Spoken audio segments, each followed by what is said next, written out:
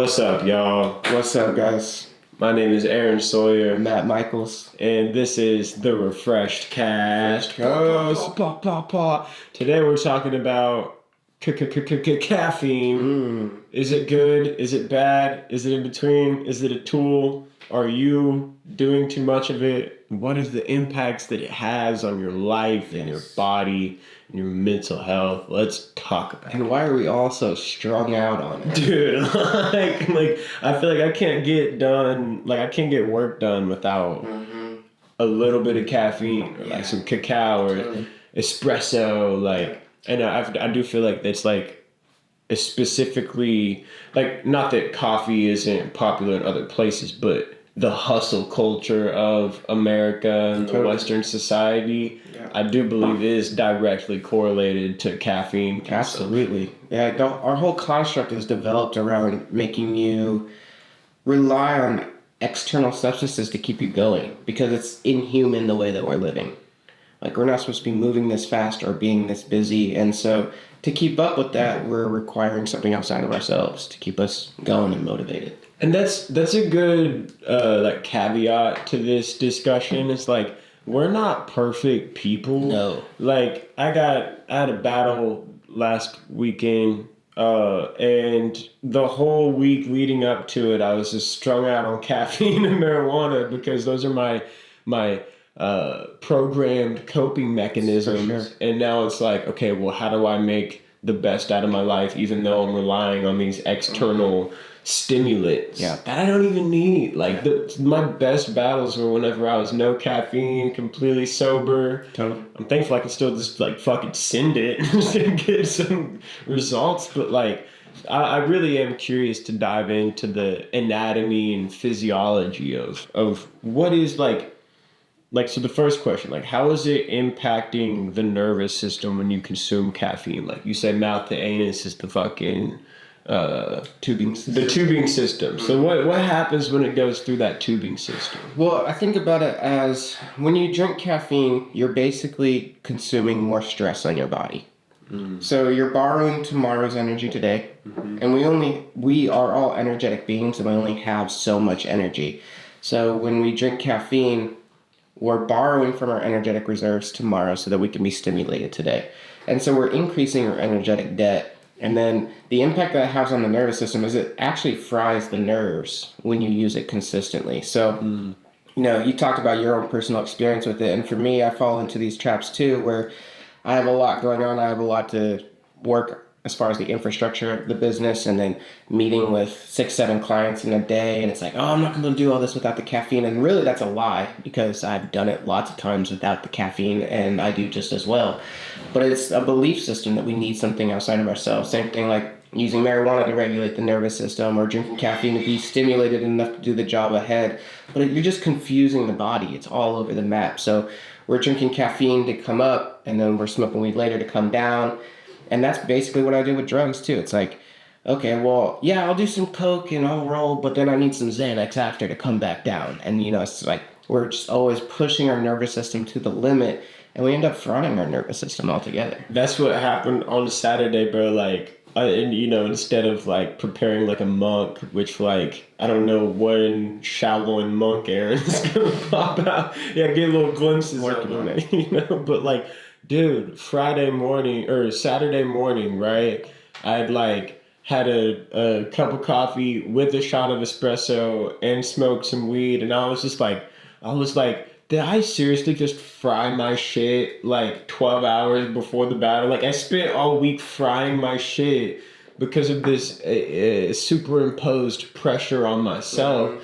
And I was in such a headspace. I was like, fuck it, give me tomorrow's energy today. Right. Well, now it's Monday, and I'm trying to quit caffeine and my back hurts. Pretty bad, I totally relate to that. It's the same thing of I literally noticed the next day, I borrowed my energy today. And so I wake up the next morning and I'm tired, I'm fatigued, I'm more brain fogged. I'm not at the same limit that I would be if I wasn't consuming coffee or caffeine. Let me ask you this, bro. Like, do you ever play that mental game with yourself of like, okay, well, I'll take a day to just fucking sleep all day and fast, and then you like never do it? Because I'm like, oh yeah, no, I'm gonna detox the fuck out of this shit, and then I just like keep saying that to myself, but then don't do it, you know? Because like, how much time does it take to get that energy back? It really depends on the individual and how stressed your adrenal glands are. So it's all about your adrenals. So like I said, when you drink caffeine, it's like pouring cortisol onto your adrenals. So you release cortisol when you're in stress, right? And so you're just pouring stress on your body that reacts with raising your cortisol, raising your adrenaline levels, which is why it raises your anxiety in the long term as well. Because what is anxiety is excess adrenaline in the body. So we end up with more anxiety, but we also have the stimulation. So, and I do that all the time where it's like, okay, I noticed I got back into bad habits this past week. I need to get off of these bad habits. And then it's just like one bad habit at a time. And then I release one and I pick up another one. And it's just this game. Oh, I quit the coffee and weed. I'll just eat a fuck ton of food now because I can get away with that. And it's like, dog, what kind of, like, I'm sorry you grew up in this fucked up system where you have to feel like you just constantly need something outside. You need that little baby bottle. And for a lot of people, like, it's not what the episode's about, but like the vapes. You know, some stimulant of some sort. We should do an episode on that. Where it's like, I need the little vape, and it's like, you don't even like it. I'm like, I don't like whenever I drink a shot of espresso and my stomach feels like someone, like Satan's fucking punching me in the gut. I'm like, oh. Well, and we always want to do it on an empty stomach so you get more of that stimulation from it, right? Which is what puts more stress on the nervous system is when you do it on an empty stomach, which is how I typically would do it.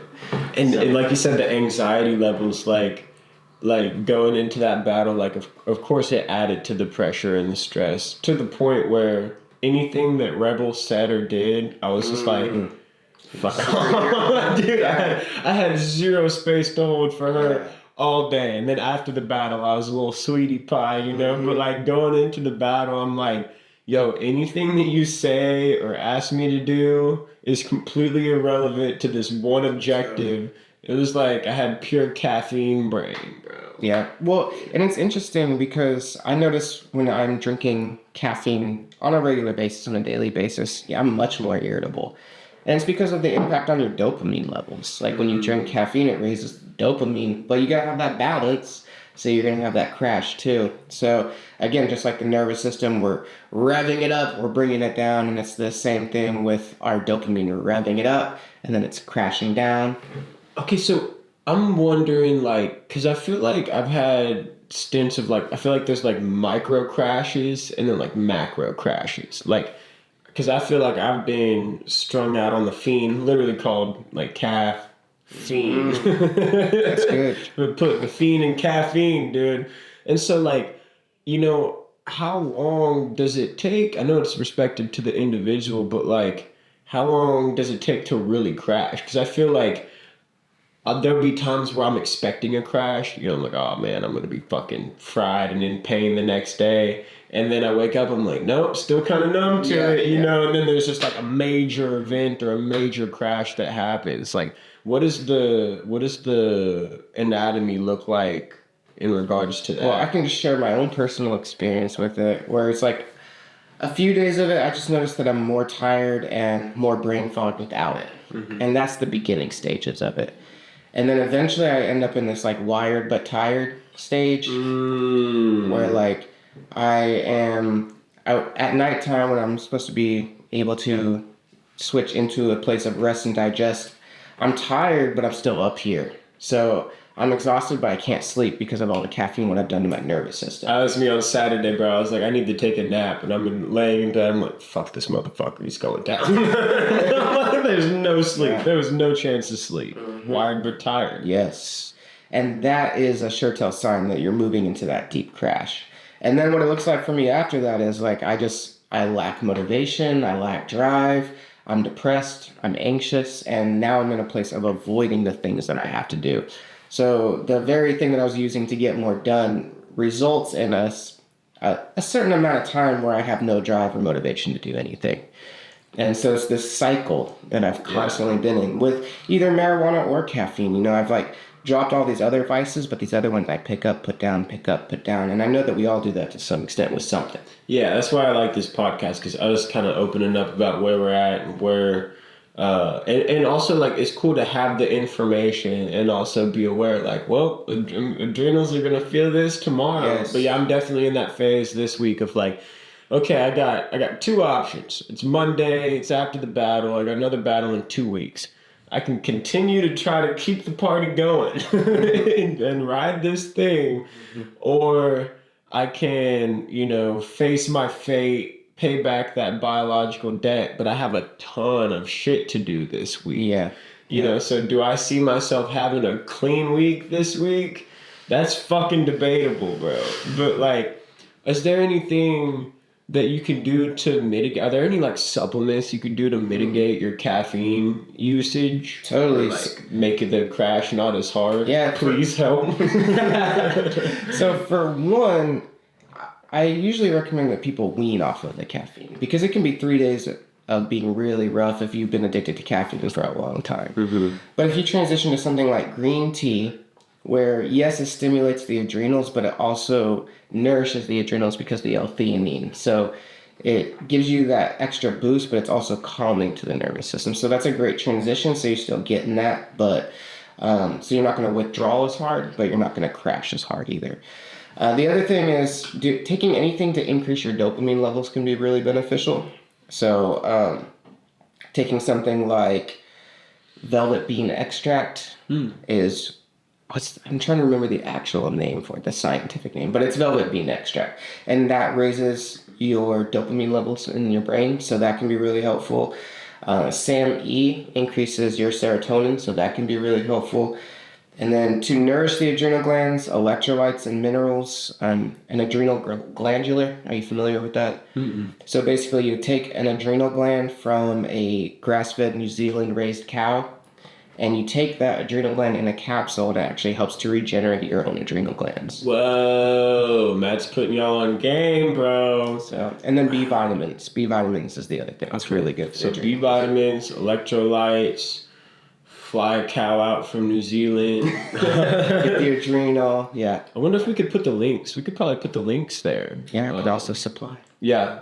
I'll hit you with an email. We'll put in the description for you adrenal fatigued baddies out there. Oh, yeah. I would also say adaptogenic herbs. Mm-hmm. So adaptogens help you adapt to stress. So the more caffeine you consume, the more stress that you typically feel.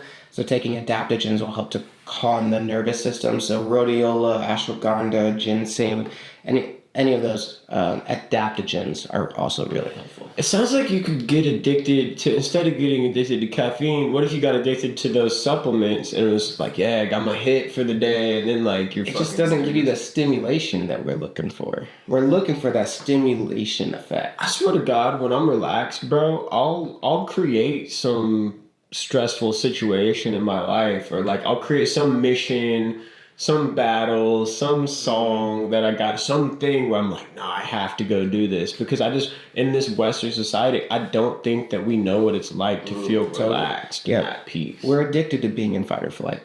Even our precious yoga instructors are fucking just drinking the bean juice, helping us meditate, and it's like, okay, so let's talk about digestion, bro. Digestion is kind of a big one, because I feel like I can feel it kind of fuck up my stomach lining, kind of cause some leaky gut or some shit like that. What's up with it? So I think the main thing for digestion is, one, it increases the level of acidity in the body, so you can have heartburn or things like that. But the other thing is that the gut is the hub of the nervous system. So when you're damaging the gut, you're damaging your nervous system. So again, leading to those feelings of fight or flight. You feel the anxiety in your gut, right? Well, why is that? Because that's the hub of the nervous system. So you're just throwing yourself off, and you're going to feel dysregulated all the time if you're constantly consuming it. And your digestion is going to be worse because you're going to be overly acidic in that area of the body. Right. You're not going to be pooping bananas. And those are great.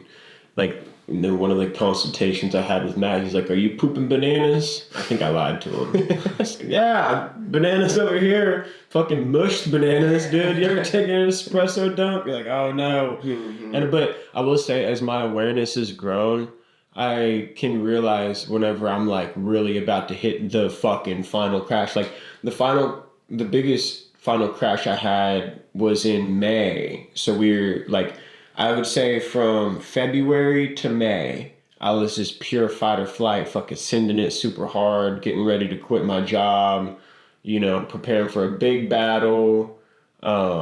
Wasn't as prepared as I should have been for that battle. And then I was going into this performance in Denver for OCD Game Changers. Like, it's about mental health, right?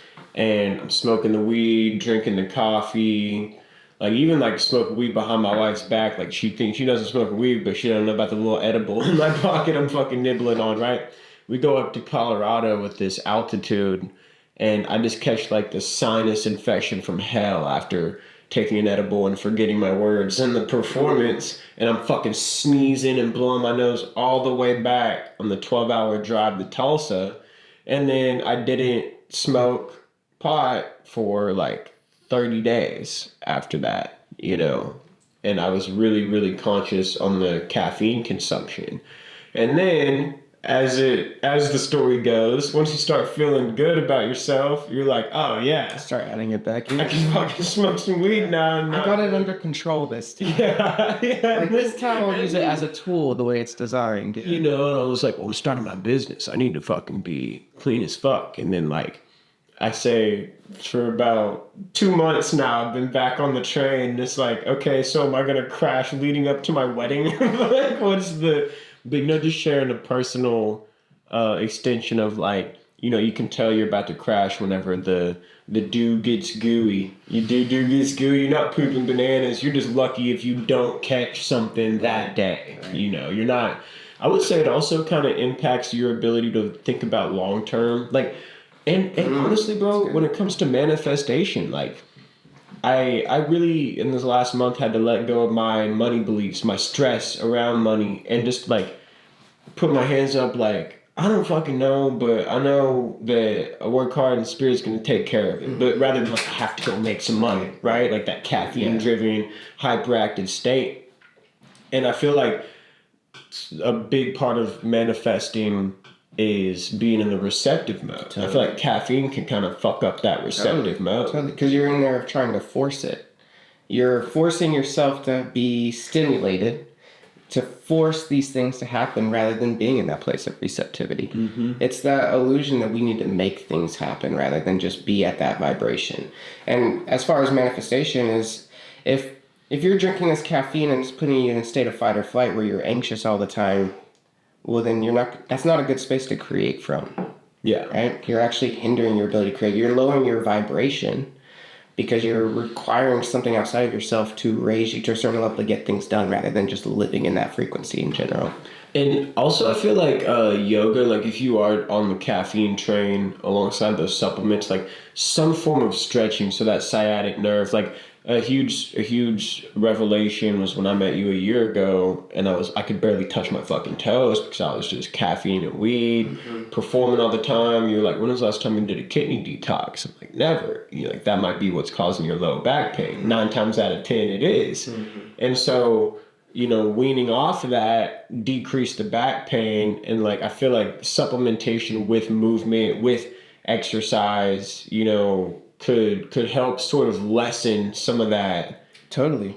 Like, how much are you doing to regulate your nervous system? Because we're throwing it out of whack by consuming the caffeine, but doing the yoga, the stretching, the meditation helps to balance the nervous system. Well, what happens when you work out on caffeine? Is that like good or bad, or does it help? Because I feel like it affects the bones. There was something about like what's the... Yeah, the biggest thing with constant caffeine consumption, specifically coffee, is that you are going to actually make yourself deficient in specific minerals, primarily calcium and magnesium.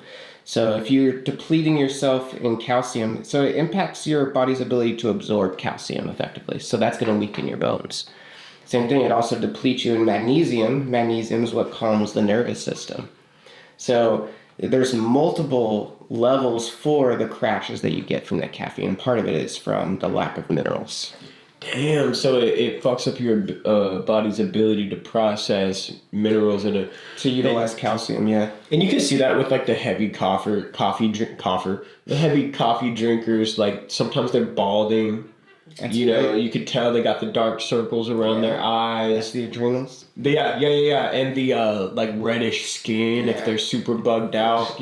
And now I think this is an important distinction too, because like I feel like it's levels to this shit when it comes to caffeine consumption, right? So like, correct me if I'm wrong here. Like, let's say, like I was listening to Rob Deerdeck, and he's like, I can only drink coffee from beans grown in this certain tropical jungle with like something like I can only drink beans that come from monkeys in the Colombian jungle. Like he dialed it in that much, right? So let's say you get the purest organic coffee that you can, right? And that's like on this end of the spectrum, or like the green tea, or you get a little spicy with the black tea. Fucking what's happening? You know what I mean? And then we got Monster Energy drink, we got Venom, we got Red Bull, because that shit's not just caffeine whenever you're drinking those energy totals. Let's talk about the demonic energy of if you look at a Monster can, the logo is the three little dashes that make the M, and each one of those dashes is 6, so it's 666. So they're literally telling you what the energy is that you're consuming. It's like this dark, demonic energy, in my opinion. And I think the whole point of like putting us in the state of fight or flight with the way that our construct runs, with the way our society runs, is all about making us dependent on external energy sources so we deplete our own. Because the whole thing is about these, it seems like these entities that run our construct are all just trying to